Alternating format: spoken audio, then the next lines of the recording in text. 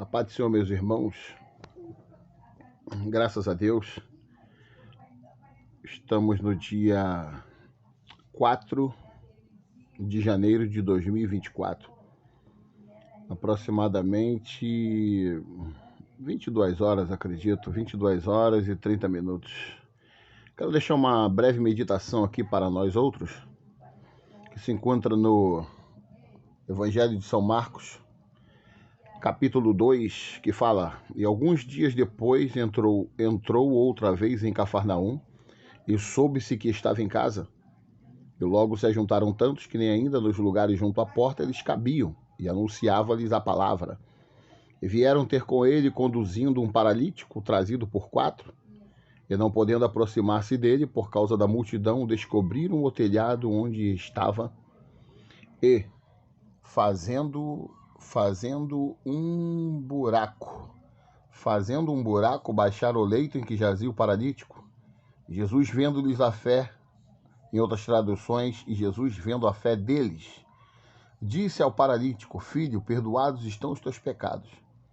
E estavam ali assentados alguns dos escribas que razoavam em seu coração, dizendo: Por que dizeste blasfêmias? Quem pode perdoar pecados, senão Deus? Jesus, conhecendo logo em seu espírito que assim arrazoavam entre si, lhes disse: Por que arrazoais sobre estas coisas em vosso coração? Qual é mais fácil? Dizer ao paralítico: Estão perdoados os teus pecados, ou dizer-lhe: Levanta-te e toma o teu leito e anda? Ora, para que saibais que o Filho do Homem tem na terra poder para perdoar pecados, disse ao paralítico: A ti te digo, levanta-te, toma o teu leito e vai para a tua casa. E levantou-se, e tomando logo o leito, saiu em presença de todos, de sorte que todos se admiraram e glorificaram a Deus, dizendo: Nunca tal vimos. O que me atrai nessa passagem é que Cafarnaum era conhecido como o lugar da incredulidade. Jesus disse que muitos milagres poderiam ser feitos em Cafarnaum, mas não foram feitos por causa da incredulidade.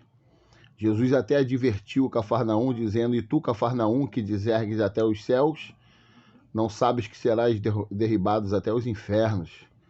Se na cidade de Tiro e Sidom fossem feitos os sinais que fossem feitos aqui, muitos teriam se convertido, então haverá menos rigor para Tiro, Sidom, Sodoma e Gomorra do que para ti.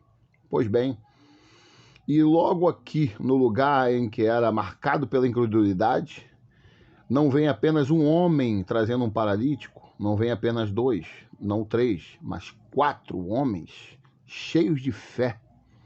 Porque a própria Bíblia diz: E Jesus, vendo a fé deles. Outra coisa, temos que parar de dar desculpas dizendo que alguém, fulano ou ciclano, não recebeu porque não tinha fé. O paralítico, a fé aqui em questão não foi a do paralítico. A fé foi dos homens que traziam o paralítico. Eu acredito que pela minha fé, pela tua fé, até quem não tem fé pode ser abençoado. E Deus pode honrar nossa fé e fazer o milagre através da nossa fé para abençoar outra pessoa. Louvado seja o nome do Senhor. E diz a Bíblia que aqui vem 4 homens carregando o paralítico. Que paralítico abençoado, né? 4 homens para carregá-lo, e 4 homens com fé.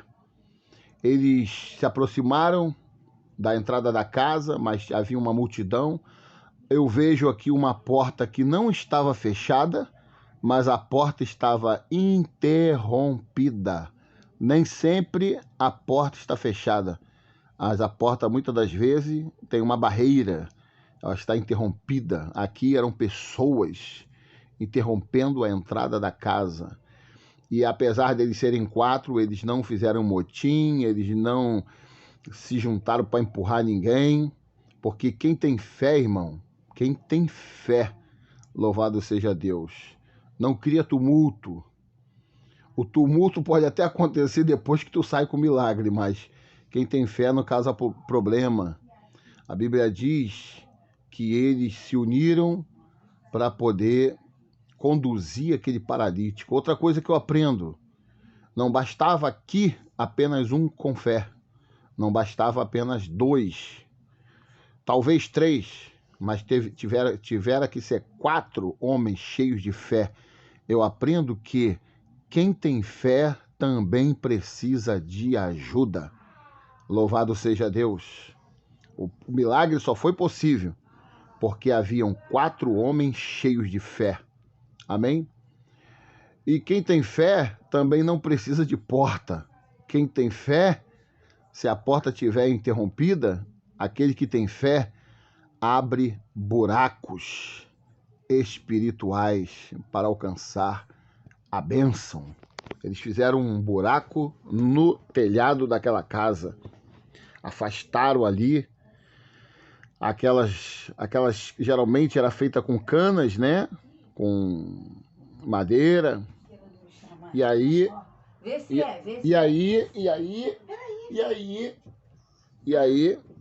eles afastaram para poder conduzir aquele paralítico até a presença de Jesus. E diz a Bíblia que quando eles estão lá em cima, tiveram que baixar o leito até onde Jesus estava. Uma outra coisa que eu aprendo: Jesus nunca operou milagre olhando para cima. Eles tiveram um esforço tremendo para colocar o paralítico lá por cima. Jesus poderia olhar lá para cima e dizer: ó, daí mesmo, seja curado, desce com as tuas próprias pernas. Não, você nunca vai ver na Bíblia Jesus operando milagre olhando para cima. Você vai sempre ver Jesus operando milagre olhando para baixo. Zaqueu teve um esforço tremendo para subir naquela figueira. E quando ele viu Jesus e Jesus viu ele, Jesus: olha, legal, palmas para você, foi bom o teu esforço, valeu a pena, agora desce depressa, porque hoje me convém pousar em tua casa. Para Jesus operar o milagre, nós temos que estar em posição de humilhação. Amém? Outra coisa que eu aprendo é que para Jesus não tem nada difícil. Olha o que Jesus disse: qual é mais fácil? Para Jesus não existe nada difícil. É do fácil para o mais fácil e para o facílimo. Não tem nada difícil. Vocês lembram daquele escudeiro que estava com Jonatas? Quando eles ali, no primeiro livro do profeta Samuel, intentaram ir contra a guarnição dos filisteus? Você viu o que o Jonatas disse para o Senhor? Não sei se foi Jonas ou se foi o escudeiro. Ele disse: para o Senhor não há nada difícil. Deus pode livrar com muitos ou com poucos. Para Deus tanto faz. Se tiver muito, ele opera. Se tiver pouco, ele opera. E se tiver pouco, aí que ele opera mesmo, para poder demonstrar o seu poder. Louvado seja Deus. Aquele homem foi baixado ali na presença de Jesus. O culto estava acontecendo. Jesus estava pregando. A casa estava cheia. E antes que o culto acabasse, aquele homem saiu com a sua vitória.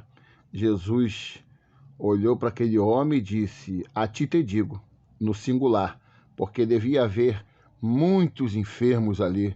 Se Jesus dissesse no plural, ia acontecer muitos milagres naquele lugar, porque em outras versões, como a de Mateus diz, que a unção de curar estava com ele naquele dia. Ou seja, Jesus ali estava naquele dia inspirado, cheio do Espírito Santo. Jesus foi um homem que andava consagrado, ele foi ungido, né, depois de ele ter se esvaziado da sua divindade. Continuou sendo 100% homem e 100% Deus, mas para provar que é possível o homem andar em consagração, naquele dia ali ele estava cheio do Espírito Santo. A versão de Mateus diz que a unção estava com ele ali para curar. Por isso ele disse no singular: filho, a ti te digo, toma teu leito e vai para a tua casa. que levantou-se e tomando logo o leito e saiu em presença de todos, de sorte que todos se admiraram e glorificaram a Deus. E aquele homem pôde até ter entrado pelo buraco, mas todos viram ele saindo pela porta, glorificando a Deus. Não importa a maneira como nós vamos entrar, o que importa é a maneira como vamos receber a bênção e sair transformados. Louvado seja Deus. Não importa a maneira como nós vamos entrar, se vamos entrar carregados, se vamos entrar pelo buraco, se vamos ter que se vamos ter que passar por algum desafio. E diz a Bíblia aqui, ó, diz aqui a palavra de Deus, nunca tal vimos. Ou seja, o que Deus faz, o que Jesus faz na minha e na tua vida é inédito. Louvado seja Deus, é inédito. O que Deus vai fazer na minha e na tua vida é inédito. Eles vão ter que dizer, nunca tal vimos.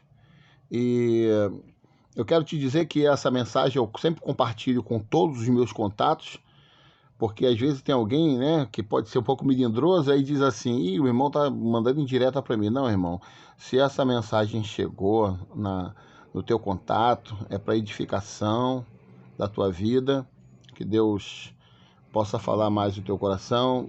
Quem me conhece pregando sabe que eu prego sempre de uma forma avivada, de uma maneira bem,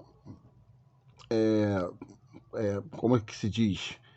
Taxativa, no sentido de que reconheço que o que está escrito aqui é a verdade, é a pura verdade.